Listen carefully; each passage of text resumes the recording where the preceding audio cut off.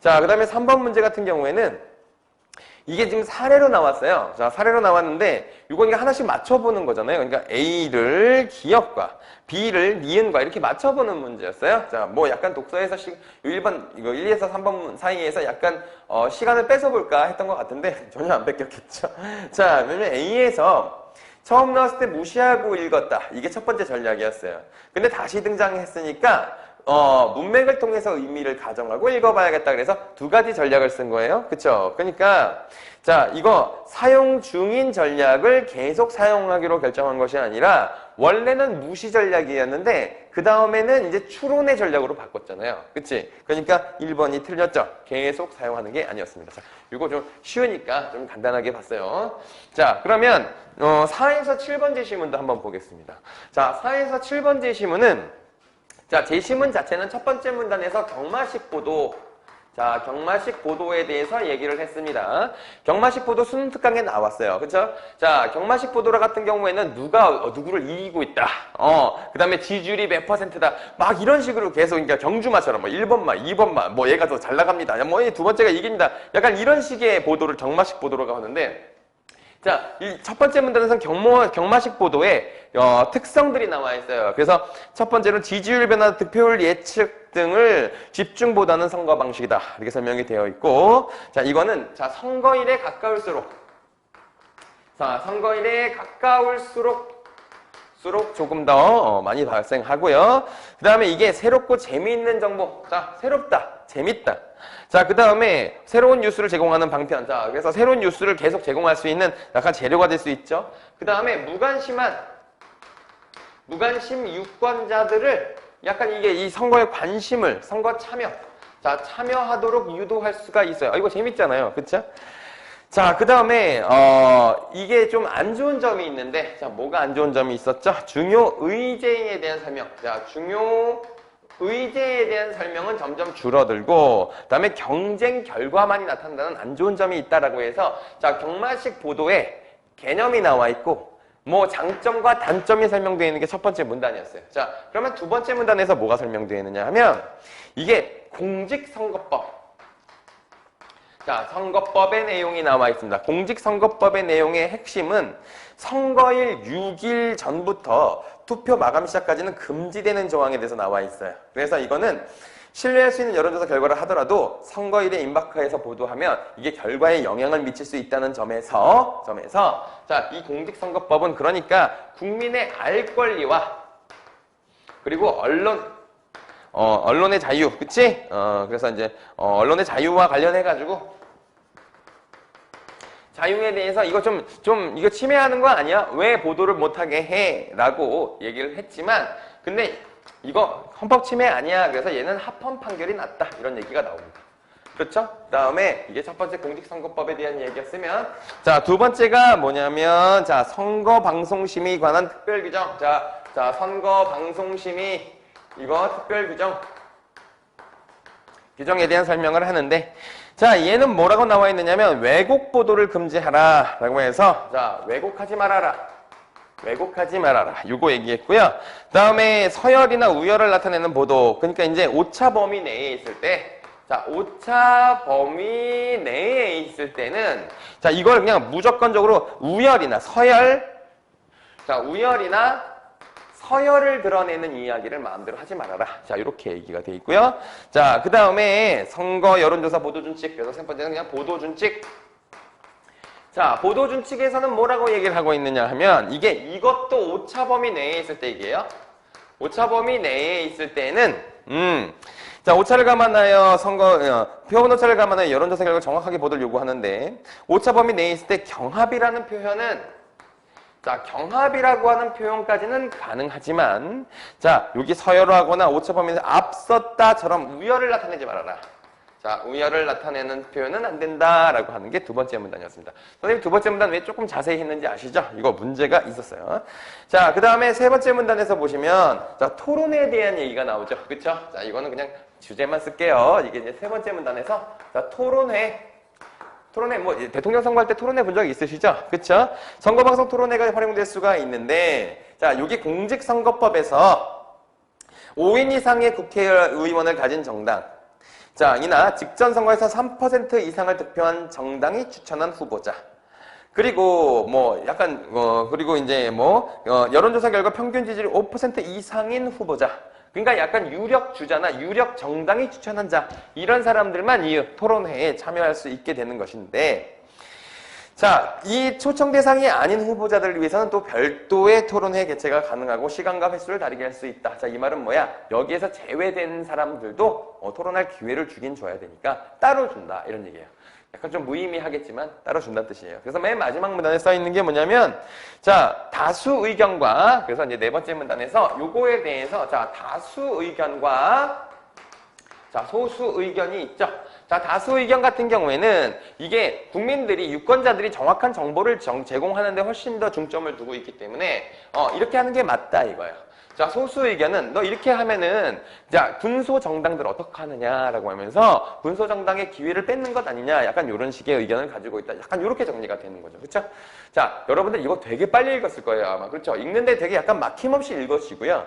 자, 다만 이럴 때는 어떻게 체크하는 게 좋다고 그랬냐면 이 선거 방송 두 번째 문단에서 요거 공직선거법, 그다음에 선거방송 특별규정, 그다음에 이제 뭐 보도준칙 이거 있잖아요. 얘네들에서 말하는 단어들을 이렇게 구분해서 모아만 뒀어도 훨씬 더 빠르게 풀 수 있었을 것이고요. 마지막 문단에서 다수 의견과 소수 의견이 나눠지는 부분도 약간 구분을 해뒀으면 훨씬 더 명확하게 문제를 풀 수 있었을 겁니다. 자, 4번의 답이 5번인 건요. 정치에 관심 없던, 자, 기억에 대한 설명이 뭐냐, 경마식 보도의 장점이 5번에 있었죠. 이거 너무 쉬웠죠. 관심이 없던 유권자들에게 관심을 갖게 한다. 자, 여기 나와 있는 부분이었어요. 그쵸? 자, 그래서 4번에 5번이 맞게 되죠. 5번에 적절하지 않은 것은인데, 자, 3번입니다. 자, 국민의 알 권리와 언론의 자유가 서로 충돌하는지의 문제를 헌법재판소에서 논의한 적이 있다. 헌법재판소에서 논의한 적이 있어요. 있는데 이거는 알 권리 대 언론의 자유가 아니라, 알 권리와 언론의 자유는 같은 편이고, 얘네랑 6일 전에 선거방송, 그러니까 공정한 선거를 위한 것, 그리고 알 권리, 언론의 자유, 요 두 개가 대립한 거죠. 그쵸? 요 두 개가 대립했는데, 공정한 선거에 조금 더 무게를 두었다. 이거였잖아. 그러니까 얘네 둘이 대립했다는 말 자체가 틀린 거죠. 그쵸? 자, 그래서, 자, 알 권리와 언론의 자유가 서로 충돌하는지의 문제를, 요 말이 틀린 거예요. 충돌에다가 X 쳐보시면 되겠죠. 자, 그 다음에 6번 같은 경우에는, 자, 니은과 관련하여 라고 되어 있는데, 공직선거법의 선거방송 토론회 규정에 대해서 A가 다수 의견, B가 소수 의견이에요. 그쵸? 자, 정답이 2번인데, 주요 후보자의 정책이 가진 치명적 허점을 지적하고 좋은 대안을 제시해 유명해진 정치 신인이 있어. 그러니까 굉장히 국민들의 지지를 갑자기 받는 엄청난 신인이 등장했어. 그런데 여기 토론회에 참여할 수 있는 자격이 없는 사람인 거야. 그러니까 유력 정당 사람도 아니고 그 전 선거에서 막 되게 높은 지지를 받았던 사람도 아니고 현재까지의 여론조사에서는 결과가 아직 나오지 않은 사람이거든. 근데 완전 대이슈야. 모든 국민이 그 사람을 좋아해. 자, 이런 사람이 나왔는데 이 사람 토론에 참여 못하죠. 그치? 그러면 기억이 지지를 받겠어요? 니은이 지지? 만약에 그 후보가 토론회에 참여해야 된다는 사람은 소수 의견을 지지하는 사람이겠지? 그래서 2번이 답인 거예요. 주요 후보자의 정책이 가진 치명적 허점을 지적하고 좋은 대안을 제시해서 유명해진 정치 신인이 선거방송 초청 대상 후보 토론회에 초청받지 못한다면 그거는 A의 입장이 약화된다. 다수 의견이 약화되는 게 맞겠죠. 그렇죠? 자, 그렇게 되는 것이고, 자, 7번 문제는 사실은 뭐 표 나오고 해서 조금 난이도가 있나 싶었는데 전혀 어렵지 않았죠. 1차, 2차, 3차 조사 중에 3차 조사는 발표가 금지됩니다. 그렇죠? 왜냐하면 5일 전 거잖아요. 그러니까 이건 6일서부터 안 되잖아요. 이제 아까 나와 있었지, 규정에. 자, 그런데 이제 지금 1차 조사와 2차 조사는 발표가 가능하네요. 자, 정답은 2번입니다. 자, 2번을 한번 확인해 보세요. 2차 선거 결과를 선거일 9일 전에, 자, 9일 전에 발표했으면 문제가 있나요? 문제 없어요. 아까 6일이었잖아요. 그쵸? 자, 9일 전에 A 후보는 B 후보다 조금 앞서고라고 했는데 A와 B 후보가 지금 1%, 2차 조사에서 1% 차이 나는 거 아시겠어요? 37%, 38%니까 1% 차이 나니까 오차 범위 내에 있습니다. 자, 아까 오차 범위 내에 있을 때 두 가지가 문제가 됐었죠. 이 법에서는 우열, 서열을 나누는 말을 사용해서는 안 된다고 그랬고 오차 범위 내에서도 경합이란 말은 사용할 수 있지만 우열을 가리거나 뭐가 더 앞선다 이런 말을 쓰지 말라고 했었어요. 그쵸? 그러니까 2차 조사에 대해서 이렇게 얘기했답니다. A 후보는 B 후보에 조금 앞서고, 이런 앞서고라는 순위를 매기는 거 사용할 수 없죠. 어디에서? 그러니까 나가 선거방송심의에 관한 특별규정에서 뭔가 앞서거나 서열을 나타내는 그런 거 사용하면 안 된다고 했어요. 그렇죠? 그러면 어떻게 써야 된다? 경합이라는 표현을 써야 된다고 그랬어요. 그렇죠? 그래서 그 앞서고 C 후보는 3이라고 보다는 것에 대해서 나에는 위배되지만 다에는 위배되지 않겠고 그랬는데 나, 다에 모두 위배됩니다. 그렇죠? 모두 위배되기 때문에 2번이 틀렸다. 이렇게 보시면 되겠네요. 자, 요거 좀 길어지네. 원래 좀 짧게 하려고 그랬는데 어렵지 않죠? 그렇죠? 어렵지 않고 게다가 이게 여러분들이 이제 올해 수능을 다들 열심히 보셨잖아요. 평소에 연습하실 때 이렇게 자료를 이렇게 구분해두는 연습을 많이 해두셔야 됩니다. 그러니까 그게 적용 문제에 대해서는 적용 문제는 어차피 이해로 푸는 거니까 그렇다고 치더라도 결국엔 그 위치 기억 능력 싸움이에요, 독서가. 그렇죠? 그러니까 그거 좀 잘 하셨으면 좋았을 것 같아요. 자, 그 다음에 8에서 11번 보겠습니다. 자, 8에서 11번 되게 짧았죠? 결측치와 이상치에 대한 이야기예요. 자, 그래서 이거는 지금 첫 번째 문단은 결측치, 이상치를 설명하고요. 두 번째 문단에서 이게 결측치를 채우는, 결측치라는 게 이제 뭔가 어떤 숫자가 하나가 빠져 있는 걸 채울 때 얘기하는 거잖아. 이 채울 때, 자, 이거 그냥 두 번째 문단 맨 마지막에 써 있는 말이 제일 중요한 말입니다. 자, 연속, 그러니까 결측치를 채울 때, 자, 연속되는 수치, 이거 뭐 해라? 평균값이 되겠고요. 그 다음에 석차처럼 순위, 자, 순위가 있는 값에는 중앙값으로. 자, 그 다음에 문자, 직업과 같이 문자인 경우에는 자, 최빈치를 가지고 쓰는 것이 되게 중요하다. 이렇게 얘기했습니다. 자, 그런데 이건 평균, 중앙, 최빈치가 뭔지는 다 아실 테니까 설명 안 할게요. 자, 세 번째 문단에 이상치라는 게 있습니다. 자, 이상치라고 하는 것이, 자, 예를 들면 선생님이 축구 선수에 야구 선수라고 칩시다. 야구 선수가 총 20명이 있는데, 자, 보통 그 20명 중에 한 명은 연봉이 100억이야. 근데 나머지 19명이 1년에 3천만 원씩 받는다고 생각해 보세요. 그러면 제대로 된 데이터가 나오나요? 그렇게 나올 수가 없죠. 그러니까 한 명이 너무 과도하게 많이 받잖아요. 그치? 그래서 이 이상치라고 하는 것은 이게 첫 번째 이 100억을 받는 사람은 어찌 보면 이 데이터에서는 이상치잖아요. 너무 이상하게 크잖아요. 그치? 유달리 크거나 작은 값으로 데이터를 수집할 때 측정 오류 등에 의해서 주로 생긴다. 그래서 측정이 오류되거나 아니면 그냥 실제로 약간 그 이상한 숫자가 존재하는 경우가 있어요.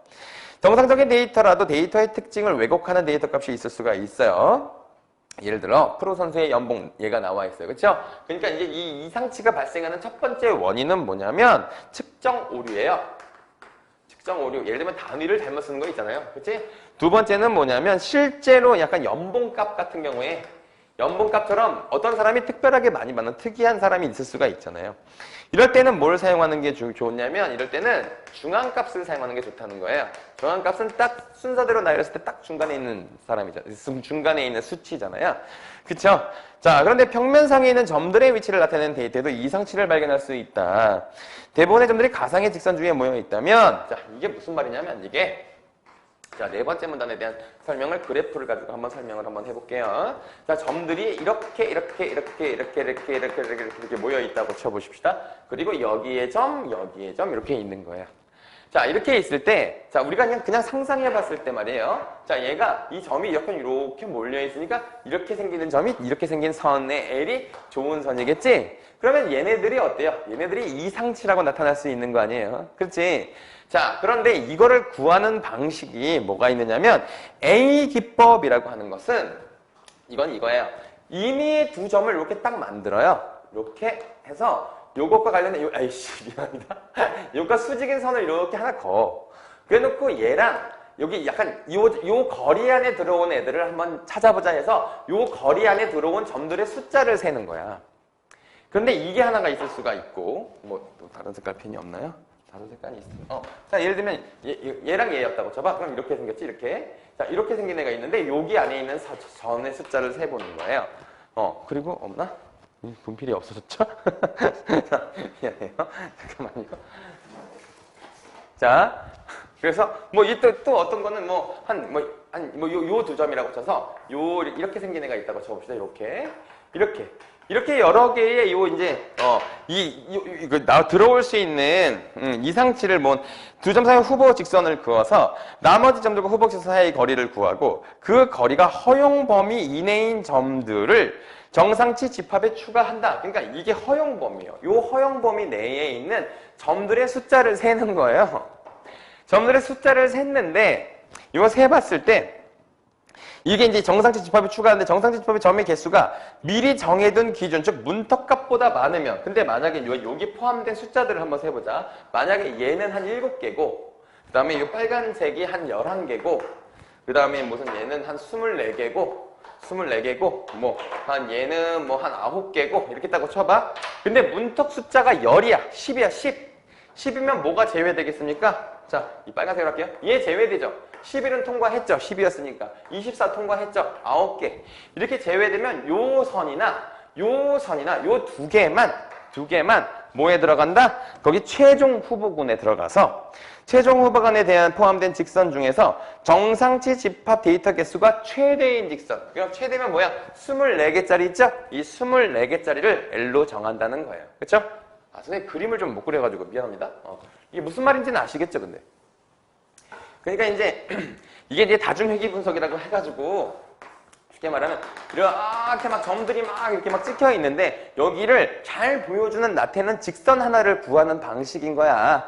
방식인데, 자, 요런 거 하나 있고, 요런 거 하나 있고, 이런 거 하나 있고, 막 이렇게 여러 개 해가지고, 자, 여기에 이제 적어도 제일 잘 골라내는, 그러니까 여기 가운데 있는 선 있잖아요, 요 선. 요 가운데 있는 선이 제일 이 그래프의 성격을 잘 드러내는 요 선을 골라내는 방식이란 말이에요. 골라내는 방식인데, 그런데 여기에 이제 허용 범위, 그래서 왜 사각형으로 구했냐면 요 선이면 이게 적어도 어느 거리 안에 있는, 그러니까 이 선으로부터 점 거리 있잖아. 이 거리들이 이렇게 어느 정도 거리에 있는 얘들만 모아서 내가 아까 네모나게 그린 거예요. 자, 그리고 여기에 포함되는 점들의 숫자가 10개 이상이어야 된다라고 하는 것이 문턱값이죠. 그쵸? 자, 그래서 이 문턱값이 그래도 넘어가는 것들 중에 그래도 제일 많은 점이 포함되는 걔를 L로 선정한다. 그러면 이 그래프에 이 점들이 막 찍혀있는 그래프가 어떤 그래도 선형 모양을 갖고 있는지에 대해서 데이터를 추론해낼 수 있다. 약간은 이제 평균 비슷한 거죠. 그쵸? 자, 그래요. 자, 요런 거였습니다. 자, 8번 문제. 자, 데이터를 이하 내용으로 적절하지 않은 것은 3번. 데이터가 정상적으로 수집되면 이상치는 언제든 존재할 수 있는 거예요. 아까 측정 오류나 축정 오류도 있을 수가 있고, 그리고 실제 데이터 값이 그런 데이터가 왜곡한 데이터가 있을 수도 있다 그랬잖아. 아까 100억짜리 연봉자가 그랬죠. 그러니까 이상치가 존재하지 않는다? 이건 틀린 거예요. 그렇죠? 그 다음에 9번에 기억의 이유로 가장 적절한 것은 기억이 대표값으로는 평균보다 중앙값을 이용한다. 왜 그랬어요? 아까 평균값이라고 하는 건 되게 큰 이상치가 있거나 되게 작은 이상치가 있을 때 이 평균값이 왜곡될 수 있다고 그랬죠. 그래서 중앙값을 이용한다고 했잖아요. 자, 그래서 그걸 이제 말로 하면 어떻게 되죠? 1번에 있죠. 중앙값은 극단에 있는 이상치, 그러니까 너무 큰 수나 너무 작은 수 때문에 깎여나가는 거나 너무 크게 더해지는 이런 영향이 적겠죠, 중앙값은. 그냥 딱 수치의 가운데를 딱 얘기하는 거니까. 자, 그런 거니까. 자, 이건 무슨 말인지 아시겠고요. 자, 그 다음에 10번 문제가, 그래서 내가 아까 조금 오답이 있을지도 모르겠다 싶었던 문제 중에 하나가, 독서에서는 선생님 생각할 때 요거가 하나가 틀릴 가능성이 있다가 두 문제거든요. 하나가 10번이고요. 하나가 15번이에요. 자, 10번 문제 한번 보겠습니다. 자, 다음과 같은 방법으로 L직선 B기법. 아까는 A기법만 봤잖아. B기법은 뭐가 되는 거냐면, 아씨, 저건 그리게 되네? 아니, 선생님이 설명충이라 그래, 이거. 이거 이렇게까지 안 해도 되잖아, 사실. 시험 이미 봤는데, 그렇지? 근데 그냥 얘기할게요. 점들이 막 이렇게 찍혀 있는 거야, 이렇게. 찍혀 있는데, 자, 일단 이게 찍혀있고, 이상치도 이렇게 있어, 이렇게 이상치도 이렇게 있어요. 자, 있는데, 자, 이 직선을 임의로 여러 개 가정한 뒤에, 여러 개 가정한다는 건, 그냥 여기 이 점들 있잖아. 여러분들 점과 선의 거리 구하는 공식 있죠? 그걸로 아무 선이나 막 긋는 거야. 그래 놓고선 여기서부터 이 다른 점들 있죠? 그럼 만약에 예를 들면 이 선이라고 찾자? 그럼 요 거리, 여기 찍혀 있는 점들 있지? 이 거리들 있잖아, 이 거리들. 특히나 이 이상선도 다 해야 돼. 이 거리들 있지? 이 거리를 다 구해. 그래가지고 자, 모든 점에서 각 후보의 직선들과 거리를 구하여 점들과 가장 가까운 직선을 선택한다. 가장 가까운 직선을 선택한다라고 하는 말이 뭐겠니? 요 거리값의 합이 가장 적은 데이터를 구한다는 거야. 이거 지금 너무 약간 복잡하니까 예를 들면 이렇게 점점점점을 막 찍지 말고 이렇게 찍어보자. 둘, 셋 이렇게 돼 있는 선이 있어. 그리고 이상치가 여기 있잖아. 근데 여러분들이 상식적으로 봤을 때 이게 이렇게 모여있죠, 이게. 그러면 일반적으로 이런 선이 나와야지 아주 일반적이지 않겠어요? 그냥 일반적으로. 근데 요거 이상치도 거리값에 계산을 하죠? 그래서 이 선이 이렇게 안 나오고 이렇게 나와요. 얘 때문에. 그치? 이건 좀 안 좋지? 아깝게 낫지, 그치? 아깝게 나아요. A가 나아요. A 기법이 나아요. 자, 그래서 그렇게 이렇게 착한 직선은 직선 L로 적합한 직선이 아니다. 이상치를 포함해서 찾다 보니까 최적의 직선과 이상치 사이에서 위치한 직선을 선택하겠네. 그렇잖아. 여기 이쪽으로 치우치잖아, 이렇게. 여기 이상치 때문에. 자, 이해하시겠죠? 근데 이미 다 이해했잖아요. 그쵸? 1번에 A기법과 B기법 모두 최적의 직선을 찾기 위해 최대한 많은 점을 지나는 후보 직선을 가정한다. 일단 점을 지나는 건 상관이 없죠? 그러니까 많은 점을 지난다에다가 그냥 X 치고 넘어가시면 됩니다. 이거 틀렸잖아요. 점을 지나는 거 아니에요. 그냥 거리값이나 몇 개가 포함되느냐로 했지. 점을 딱 반드시 지나야 된다. 이 점을 이렇게 지나야 된다. 이런 뜻이 아니잖아요. 그렇죠? 그래서 1번이 틀렸고요. A기법은 이상치를 제외하고 후보 직선을 가정하지만 후보 직선을 가정할 때는 다 하죠. 후보 직선은 임의의 선 두 선을 넣고 거기에 직각되는 선을 긋기로 돼 있었으니까 이상치를 처음에 포함해요. 그래서 제외가 X예요. 그쵸? B기법은 이상치를 제외하는 과정이 없다. B기법은 없는 건 맞아요. 3번에 A기법에서는 최종적으로 선택한 직선은 이상치를 지나지 않지만 B기법에서 선택한 직선은 이상치를 지난다 라고 했어요. 이상치를 지나지 않는 거, A기법에서는 뭐 이상치를 지나지 않는 게 일반적이겠죠. 뭐 그것도 원칙적으로는 뭐 정확하게 그렇게 얘기할 수는 없지만 어쨌든 일반적으로 그렇겠죠. 그런데 B직선은 이상치를 지나요? 이상치 안 지나죠. 이상치까지 가지는 않아요.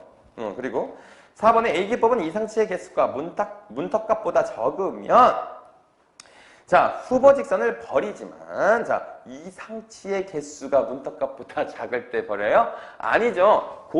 포함되는 아까 어디 무슨 허용 범위 내에 포함되는 그 숫자가 작을 때 버리는 거지. 문턱값이 허용 범위 내에 포함되는 점수가 문턱값보다 작을 때 버리는 것이지 이상치를 제외하는 게 아니잖아요. 이상치의 개수를 제외하는 게 아니죠. 그래서 4번은 틀렸고요. 그래서 5번이 맞는 거예요.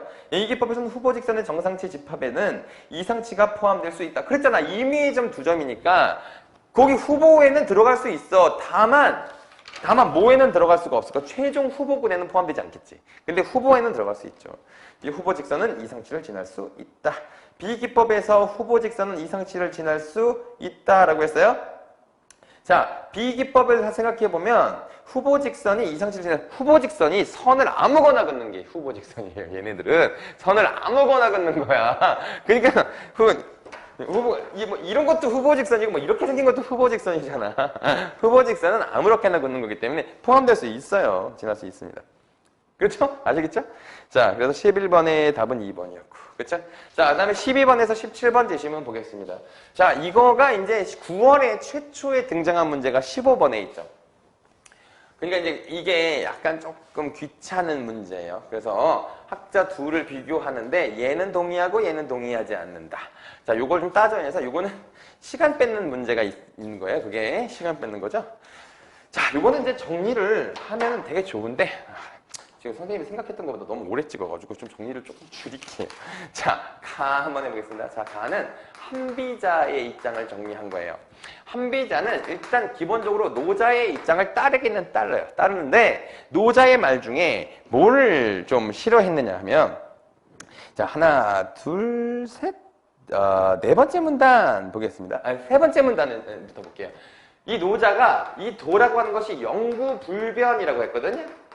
그런데 한비자는 그래 연구한 거는 맞는데 불변은 아니야 라고 얘기를 했어요. 두 번째 문단에서 그렇게 얘기했는데 그게 왜 그랬냐면 이게 가변성을 가져야 된다는 거지. 가변성을 갖는 것이 되게 중요한데 이 도나 이것이 이게 가변성을 갖는 게 중요한데 모든 도가 일정 곳에만 있지 않고 그래야 도가 사물의 존재와 본질의 근거가 될 수 있다 이렇게 얘기한 거지. 그러면서 얘가 이제 그 한비자가 뒤에 뭐라고 얘기했냐면 그래서 이게 이 도가 시비 판단의 근거가 되어야 된다 이렇게 얘기했어요. 이것들을 이제 새로운 의미로 했는데 이것 때문에 인간의 욕망 자체를 자 얘가 이제 이 노자는 인간의 욕망 자체가 안 좋으니까 얘를 없애야 된다 이렇게 얘기를 했단 말이야. 근데 원예를 지목한 노자의 견해에 동의하면서도 없애야 한다는 주장 말고 자 얘는 인간의 욕망 이거 잘못되는 것에 대해서 강력한 법과 제도가 필요하다. 그래서 법이 필요하다 이렇게 주장하는데 사용했다 뭐 이런 얘기죠. 그 다음에 나제시문 같은 경우에는 자 나는 세 사람의 견해가 나와 있어요. 처음에는 왕안석. 자 왕안석의 견해는요. 자 이게 현상세계에 앞서서 기에 작용해서 사물이 형성된다. 자 그거 인정. 노자와 그건 같은 견해야. 자 그런데 인위적인 것을 제거해야 된다라고 했던 노자의 견해에 대해서는 반대했어요. 그래가지고 지혜와 덕이 뛰어난 사람이 제도와 규범을 사회 변화에 따라 만들어야 된다 이렇게 얘기를 했던 사람이에요. 자, 그 다음에 오징이라는 사람이 있죠. 두 번째는 오징이라는 사람이 있는데 자, 오징이라는 사람은 유학자의 입장에서 이제 도가를 조금 비판했습니다. 도교를 좀 비판했는데 자, 내용을 어떻게 바꿨느냐면 노자의 도를 근원적인 불변하는 도로 본 그는 모든 이치를 내재한 도가 현실화하여 이 말은 되게 중요합니다. 현실화하여서 천지 만물이 생성된다고 이해했고 자, 그는 유학의 인의예지가 도의 쇠퇴 때문에 나타나는 것이 아니라 도가 현실화된 것이다 이렇게 얘기했습니다. 그러니까 유교를 옹호하는 사람인 거죠. 자, 인의예지가 이제 사실 노자가 말하는 그 도가 현실 세계로 나타난 거다 이렇게 얘기했습니다. 자, 그 다음에, 설해는, 세 번째가 이제 설해인데, 자, 설해라고 하는 사람은 노자를 옹호한 사람이에요. 그래서 노자의 견해를 조금 더, 원칙적으로 다가서려고 했던 사람이죠. 자, 노자 집회라는 글을 썼고요. 공자도 존중했던 스승이기 때문에 오해하면 안 된다. 자, 진정한 의미를 밝혀야 된다. 그래서 도덕 본성과 그것의 근거인 천명으로 이해하고, 노자 선상과 유학이 다르지 않다라고 해서, 노자의 견해를 뭐 너무 유교랑 구분해서 보지 말아라. 노자의 견해가 결국에 유교의 견해와 유사하다 이렇게 얘기했습니다. 자, 요거는 이제 여러분들이 되게 잘 아는 영역이라 선생님이 이렇게만 설명해도 다 알아들을 거라고 믿습니다. 자, 12번의 답이 3번인 거 보시면 나는 특정 개념을 중심으로 노자에 대한 여러 학자의 견해 맞죠? 자, 13번 가해 제시한 한비자의 견해를 적절하지 않은 것 1번에 사건의 시비에 따라 달라지는 도. 시비 판단의 근거가 돼야 되는 도인데 무슨 시비에 따라 달라지면 이걸 어떻게 근거로 사용하냐. 매번 달라지는데. 그렇죠? 그래서 1번 틀렸고요. 여기까지 너무 스무스했을 겁니다. 14번에 기억과 니은에 대한 이해로 적절한 것은 기억은 유학자의 입장, 니은은 학문적 소신인데 기본적으로 이제 이게 오징과 설해를 비교하라는 얘기잖아요. 그렇죠? 그런데 자 4번에 기억은 유학을 노자 사상과 연관지어 유교적 사회 질서의 정당성을 확인하는 그러니까 니은에서의 요 오징은 유학을 옹호하는데 노자의 견해를 이용한 거 아니에요. 그렇죠? 그러니까 맞다고 볼 수 있고요.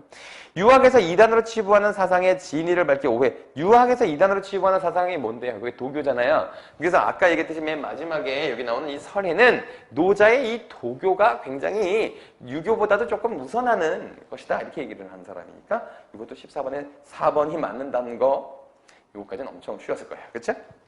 자, 15번 문제 한번 볼게요. 이거는 이제 틀린 사람도 있을 것이고 그냥 버린 사람도 있을 것 같긴 해요. 너무 귀찮아가지고, 그렇죠? 여기서 시간을 쓰느니 이따 나중에 돌아와서 풀겠다 이런 학생도 있을 것 같고. 자, 15번의 기억 보겠습니다.